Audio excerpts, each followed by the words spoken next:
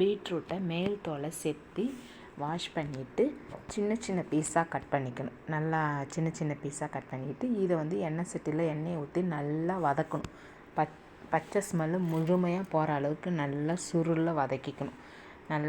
நல்லா வதக்கினதுக்கப்புறம் இதை ஆற விட்டு மிக்ஸி ஜாரில் போட்டு நல்லா அரைச்சி வச்சுக்கணும். அரைச்சி வச்சுட்டு இப்போ கடாயில் எண்ணெயை ஊற்றி முன்னாடி பொடிசாக கட் பண்ணால் பச்சை மிளகாயை போடுறோம். நல்லா பொடிசாக கட் பண்ணிக்கணும். அதை நல்லா போட்டு வதக்கிட்டு அதுக்கடுத்து வந்து பொடிசாக கட் பண்ண வெங்காயத்தை போடுறோம். வெங்காயத்தை போட்டு அதையும் நல்லா வதக்கிக்கிறோம். அதை நல்லா வதங்கினதுக்கப்புறம் நம்ம ஒரு ஸ்பூன் ஒரு ஸ்பூன் மல்லித்தூள், ஒரு ஸ்பூன் இந்த மிளகு சீரகம் சோம்பு இடிச்சோம் அது ஒரு ஸ்பூனு, அப்புறம் ஒரு ஸ்பூனு மிளகாய், இது எல்லாமே வறுத்து அரைச்சது. அப்புறம் வந்து பிரியாணி மசாலா இது இருக்குல்ல அதில் ஒரு ஸ்பூன் போட்டு நல்லா பெரட்டி விடுறோம்.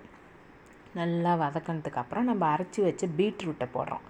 பீட்ரூட்டை நல்லா போட்டு நல்லா மிக்ஸ் பண்ணிவிட்டு அப்புறம் வந்து உருளைக்கிழங்குல ஒரு பாதி இது வேக வச்சது அதையும் நல்லா கையால் மசிச்சு விட்டுட்டு நல்லா மத்து வச்சிருந்தோன்னா எல்லாத்தையும் சேர்த்து நல்லா மசிச்சு விடும். எல்லாத்தையும் ஒத்தாப்பில் மசித்து அதை என்ன செய்யணும், ஒரு சின்ன சின்ன உருண்டையாக பிடிச்சி மேலேயும் கீழேயும் ஒரு நல்லா ஒரு தட்டை தட்டி கட்லெட்டுக்காக அதை ரெடி பண்ணி வச்சுக்கிறோம். ஃபஸ்ட்டு வந்து முன்னாடி உருண்டையை பிடிச்சி கீழ்ப்பகுதி மேல் பகுதி ஒரு தட்டு நல்லா ஒரு அழுத்தி இந்த மாதிரி ரெடி பண்ணி வச்சுட்டு 2 ஸ்பூன் மைதா மாவை போட்டு கொஞ்சம் தண்ணியை ஊற்றி நான் அதை தண்ணியாக கரைச்சி வச்சுக்கிறோம். இப்போ வந்து நம்ம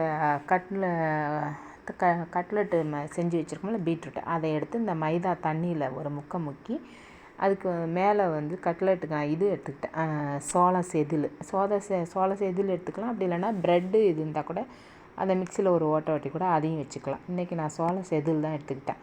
ஸோ அதில் ஒரு பெரட்டி எண்ணெயில் போடுறோம். மறுபடியும் ஒரு பீஸை எடுத்து மைதா தண்ணியில் முக்கி அந்த சோள செதிலில் ஒரு பெரட்டி எண்ணெயில் எல்லா பீஸும் அது மாதிரி போடுறோம். இப்போ வந்து ஒரு கீழ்ப்பகுதி வெந்திருக்கும். இப்போ திருப்பி விடுறோம். திருப்பி விட்டு இந்த கட்லெட்டை மட்டும் நம்ம டீப் ஃப்ரை பண்ணக்கூடாது.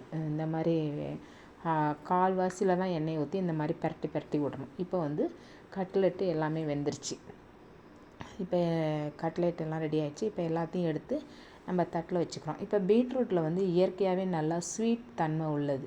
ஸோ இதுக்கு வந்து கூட சேர்த்து சாப்பிட்றதுக்கு நல்லா ஸ்பைஸியாக சேர்த்து சாப்பிட்டா தேவலாம் போல் இருந்துச்சு. ஸோ நான் அதனால் வந்து தக்காளி, வெங்காயம், பச்சை மிளகாய், இஞ்சி, பூண்டு எல்லாத்தையும் சேர்த்து மிக்சியில் நல்லா எல்லாத்தையும் சேர்த்து இந்த மாதிரி நைஸாக பேஸ்ட் மாதிரி அரைச்சிட்டு இப்போ கடாயில் எண்ணெயை ஊற்றி இந்த அரைச்ச பேஸ்ட் எல்லாத்தையும் போட்டு எண்ணெயிலே நல்லா வதக்கணும். நல்லா வதக்கினதுக்கப்புறம் ஒரு ஸ்பூன் மல்லித்தூள் போடுறேன், ஒரு ஸ்பூன் வந்து மிளகு சீரகம் சோம்பு இடிச்சோம்ல அது போடுறேன், அப்புறம் ஒரு ஸ்பூன் வந்து மிளகாய்த்தூள், தேவையான அளவு உப்பு போட்டு நல்லா எண்ணெயிலே தான் வதக்கணும். நல்லா இந்த மாதிரி சுருங்கி இந்த மாதிரி வந்துடும். வந்ததுக்கப்புறம் என்ன செய்யணும், ஒரு 1/4 டம்ளர் தண்ணியை ஊற்றி நல்லா கொதிக்க விடணும். நல்லா கொதித்தோடனே என்ன செய்யணும், ஒரு மூடியை போட்டு ஒரு 5 நிமிஷத்துக்கு சிம்மில் வச்சிடணும்.